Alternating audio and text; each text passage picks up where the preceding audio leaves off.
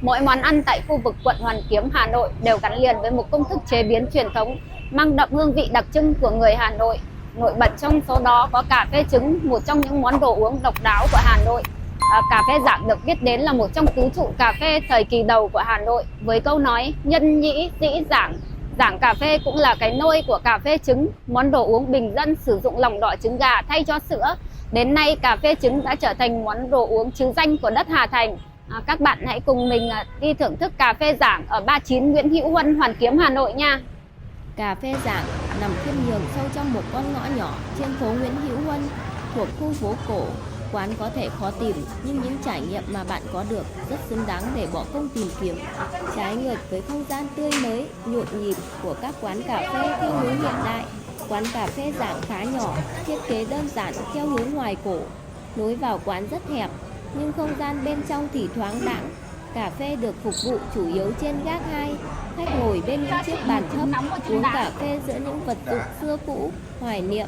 Khách đến cà phê Giảng chủ yếu để trải nghiệm cà phê trứng trứ danh, không gian văn hóa Hà Nội xưa và thưởng thức đồ uống độc đáo như cà phê trứng, ca cao trứng, nâu trứng trong không gian yên tĩnh, mộc mạc. Họ đến để gặp gỡ bạn bè, làm việc hoặc đơn giản là thư giãn, tìm hiểu về di sản văn hóa ẩm thực Hà Nội, nơi các nguyên thủ, nghệ sĩ quốc tế từng ghé thăm.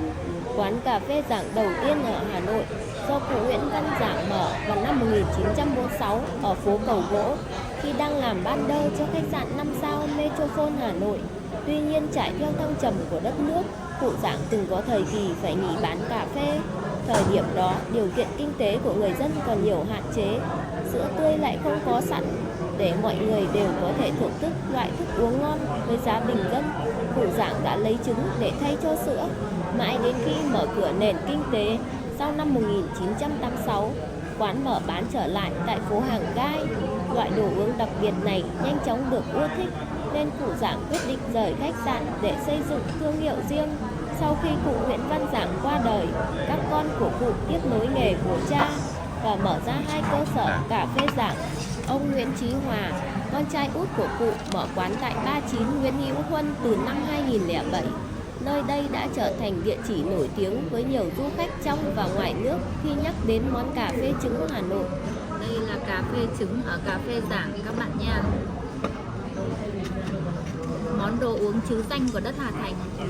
Món cà phê trứng nổi tiếng là một loại cà phê mới được pha bằng cách đánh trứng và sữa đặc thành kem sữa trứng, cho lên trên cà phê, múc lên rồi trộn đều, chất kem đặc và mịn. Đây là cà phê trứng, người ta sẽ giữ ấm bằng cách là ở bên ngoài thì có một cái khay nước nóng như này và sẽ để cốc cà phê trứng ở đây để làm nóng ấy, trong suốt quá trình mình uống ấy sẽ không bị nguội các bạn nhé. Đảm bảo giữ nóng trong suốt quá trình.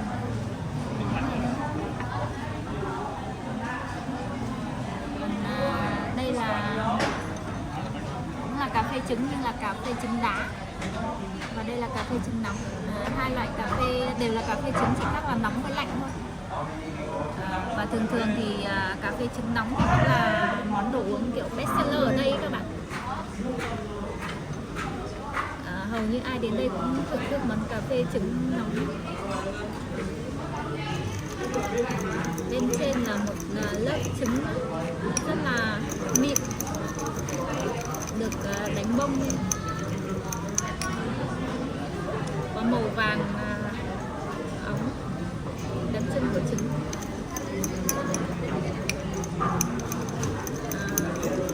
Và trộn với màu nâu của cà phê các bạn nhé. Mình thì có thể là múc riêng ấy, cái lớp trứng để ăn, hoặc cũng có thể là trộn đều lên các bạn nhé. Nhưng mình thì mình thích trộn đều lên hơn, thì trộn đều lên thì nó đảm bảo giữa trứng và cà phê được hòa quyện với nhau hơn.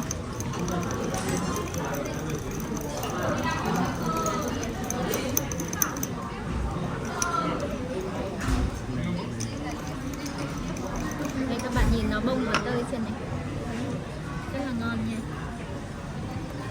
Quán này rất là đông khách, đặc biệt là khách Tây các bạn ạ. Thì quán này là quán nổi tiếng và đây là cơ sở một nha, có 2 cơ sở, một cơ sở ở trên đường Hồ Tây này các bạn nhé. Nhưng cơ sở trên Hồ Tây thì sẽ không đông khách bằng cơ sở 1 này đâu. Đây là cơ sở 1, cà phê Giảng chính gốc ấy. Và hiện tại là ở quán cà phê này chủ quán chính là con của cụ Giảng, đời thứ 2 ấy các bạn, con trai của cụ Giảng làm chủ ở quán này.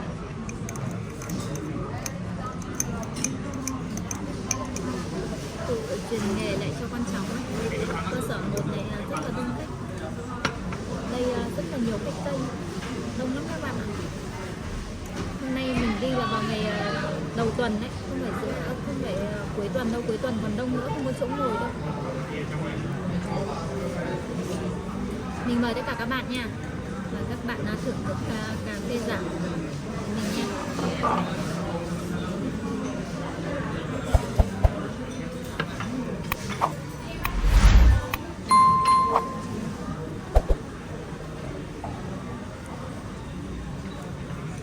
Rất là ngon các bạn ạ. Vị trứng và cà phê xen lẫn với nhau, cảm giác được cái độ vị béo ngậy ấy, mà không hề tanh đâu nha. Giống như uống kem sữa trứng, và đó là một loại cà phê có sự cân bằng tinh tế giữa vị đắng và vị ngọt. Điều làm cà phê Giảng nổi tiếng chính là cà phê trứng, một sự kết hợp tưởng chừng lạ lẫm nhưng lại hoàn hảo. Nếu các bạn chưa từng đến đây thử thì hãy đến đây nha. Không gian ở quán rất là rộng rãi, sạch sẽ, mát mẻ. Cà phê trứng là một thức uống đặc biệt với lớp kem trứng béo ngậy, mềm mịn như tan ngay trong miệng, hòa quyện với cà phê đen đậm đặc tạo nên một thức uống hoàn hảo. Vị đắng nhẹ của cà phê kết hợp với sự ngọt ngào của trứng và chút hương vani thoang thoảng khiến người thưởng thức không thể nào quên.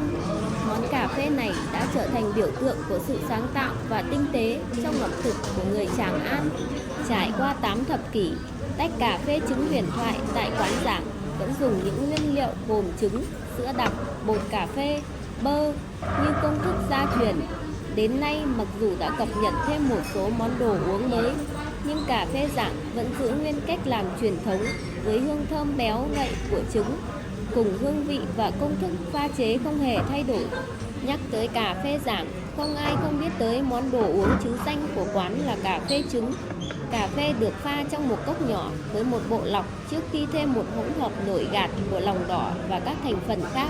Cà phê trứng ở quán cà phê Giảng có vị đậm đà của cà phê và vị thơm ngậy của trứng gà, quyện với vị kem ngọt ngào. Ly cà phê ở đây được đặt trong một cốc nước nóng để giữ cho nhiệt độ ấm vừa phải. Thưởng thức một cốc cà phê trứng, thực khách sẽ cảm nhận được sự hòa quyện đầy tinh tế của vị cà phê, lòng đỏ trứng gà và vị béo ngậy của kem, tạo nên một lớp bọt xốp thơm béo, đậm đà, tất cả tạo nên một hương vị ngọt ngào và nồng nàn, thích hợp để thưởng thức trong những ngày trời Hà Nội se lạnh. Cà phê trứng giờ đây đã trở thành niềm tự hào của ẩm thực Hà Nội khi được ghi danh vào những bảng xếp hạng ẩm thực nổi tiếng của thế giới. Đồng thời món đồ uống này cũng đã được nhiều nguyên thủ, doanh nhân, nghệ sĩ quốc tế nổi tiếng thưởng thức. Hiện tại cà phê Giảng vẫn được gia đình, con cháu của cụ Nguyễn Văn Giảng gìn giữ, tiếp nối và phát triển. Cà phê Giảng chính là niềm tự hào, là sự nghiệp cả đời mà cụ để lại cho con cháu. Không đơn thuần là nơi đem lại thu nhập cho gia đình suốt những năm tháng qua, mà đó là truyền thống đáng tự hào cần được lưu giữ và phát huy. Và sự khác biệt đó đã làm nên thương hiệu và uy tín của cà phê Giảng so với các thương hiệu cà phê khác trong suốt 80 năm qua. Mặc dù đã trải qua 2 lần thay đổi địa điểm, nhưng công thức chế biến món cà phê trứng của Giảng gần như không hề thay đổi so với những ngày đầu từ 80 năm trước, với các thành phần chính là lòng đỏ trứng gà, bột cà phê Việt Nam, sữa đặc, đường và những gia vị bí truyền. Cà phê sau khi được lọc và ủ nóng trộn vào tách kem trứng vàng óng, được đánh theo công thức và bí kíp phối trộn đến nay vẫn là những bí ẩn riêng có của cà phê Giảng. Sau đó, tách cà phê trứng được đặt trong một chiếc bát có ủ nước nóng để giữ nhiệt cho mùa đông. Và đến nay, dù đông giá hay mùa hè nóng nực, thì đó vẫn là hình ảnh đặc trưng vốn hằn in trong tâm thức của khách hàng. Sự ra đời của cà phê trứng chính là khát vọng và sáng tạo thường thấy của một người Việt trong hoàn cảnh khó khăn. Và quan trọng hơn, cà phê trứng là sản phẩm kết hợp hài hòa giữa Âu và Á. Trứng thay thế cho sữa. Cà phê đến từ bạt ngàn núi rừng và những con người Việt Nam cẩn mẫn đã giữ gìn, thúc đẩy suốt 80 năm qua. Để ngày hôm nay đến Hà Nội, bạn chọn cà phê Giảng như là điểm cần phải đến. Điều khiến cho cà phê của Giảng trở thành duy nhất và khác biệt với cà phê của các cửa hàng khác chính là công thức phối trộn cà phê và kem trứng đến độ hoàn hảo nhằm hạn chế tối đa vị ngấy và tanh của trứng gà. Những lớp xương mờ ảo, những công thức bí truyền khiến thực khách không thể thôi kiếm tìm và muốn được trải nghiệm tại Giảng. Và nó cũng giúp cho cà phê Giảng vẫn có một chỗ riêng, trở thành một di sản cà phê Hà Nội, nơi mà những người Hà Nội có thể tự hào về một thức uống vốn được phát minh bằng tình yêu quê hương và sáng tạo không ngừng của người Việt. Hiện cà phê Giảng có nhiều loại đồ uống khác trong menu, nhưng cà phê trứng vẫn là lựa chọn hàng đầu, thứ đồ uống buộc phải thử khi đến Hà Nội. Hà Nội nói riêng và Việt Nam nói chung giờ trở thành vương quốc của những quán cà phê.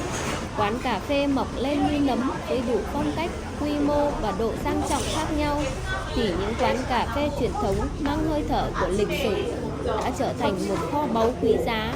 Dáng vẻ cổ kính của cà phê Giảng càng gợi cho người ta nhớ về một Hà Nội thâm trầm, cổ kính, thanh lịch của một thời bao cấp. Với nhiều người, tìm đến Giảng là một hành trình đòi hỏi sự kiên nhẫn, nhưng tin rằng bạn sẽ có được những trải nghiệm thú vị và tìm thấy cho mình một không gian rất riêng, rất Hà Nội. Thói quen thưởng thức cà phê của người Hà Nội đã tạo nên một nét đẹp, trở thành một di sản văn hóa rất đỗi thú vị và cũng rất bình dân. Những quán cà phê nhỏ, không quá ồn ào, nhẹ nhàng và trầm lắng như cà phê Giảng với tuổi đời gần 80 năm đã trở thành một phần không thể thiếu của thành phố. Cà phê Giảng nằm ẩn mình giữa nhịp sống sôi động của thủ đô nhưng đã lưu giữ lại hương vị cà phê trứng độc đáo mà không nơi nào có thể sánh bằng. Cà phê trứng không chỉ là một món đồ uống mà giờ đây đã trở thành niềm tự hào của văn hóa ẩm thực thủ đô và đất nước. Các bạn nhớ đăng ký kênh, like và share để nhận được những video mới nhất của mình nha. Xin chào tất cả các bạn.